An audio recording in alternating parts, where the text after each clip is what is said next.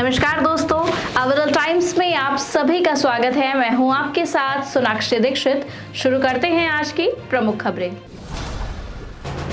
उद्योगपति अनिल अंबानी की company Reliance power की सहयोगी कंपनी रोजा पावर सप्लाई कंपनी ने सिंगापुर स्थित कर्जदाता वर्डे पार्टनर्स को 485 करोड़ रुपए का और कर्ज चुका दिया है। इसके साथ ही रोजा पावर अब कर्ज मुक्त कंपनी बन गई है।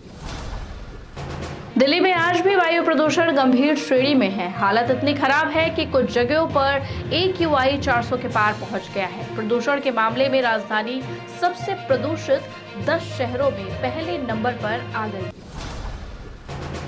जम्मू कश्मीर विधानसभा सत्र का चौथा दिन है। इस दौरान कार्यवाही की शुरुआत बहस के साथ हुई।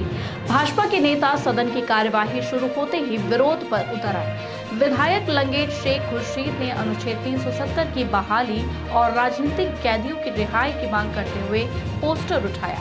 इस दौरान भाजपा के नेताओं की नेशनल कॉन्फ्रेंस और PDP के विधायकों के साथ धक्का मुक्की और हाथापाई भी हुई।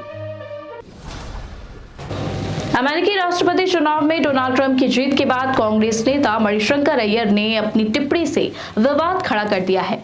अय्यर ने अफसोस जताया कि एक संदिग्ध चरित्र वाला व्यक्ति जो वेश्याओं के पास जाता था, उसको संयुक्त राज्य अमेरिका का राष्ट्रपति चुना गया है। निर्देशक रोहित शेट्टी की कॉप यूनिवर्स की लेटेस्ट फिल्म सिंघम अगेन को हाल ही में दिवाली के मौके पर सिनेमाघरों में रिलीज किया गया है। रिपोर्ट के अनुसार सिंघम अगेन ने बुधवार को डबल डिजिट में 10 करोड़ का बॉक्स ऑफिस कलेक्शन कर लिया है।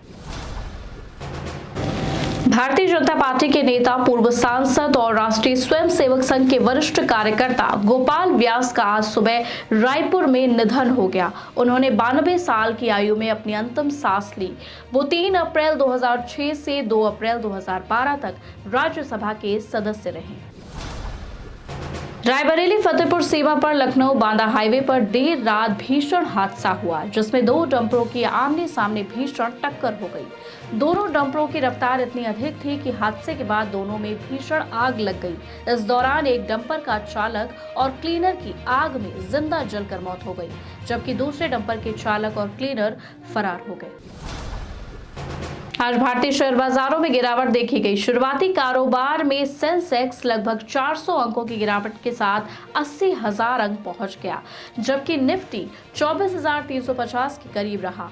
मेटल और बैंकिंग सेक्टर में गिरावट प्रमुख रही, जबकि IT और हेल्थ केयर सेक्टर में कुछ सुधार देखा गया।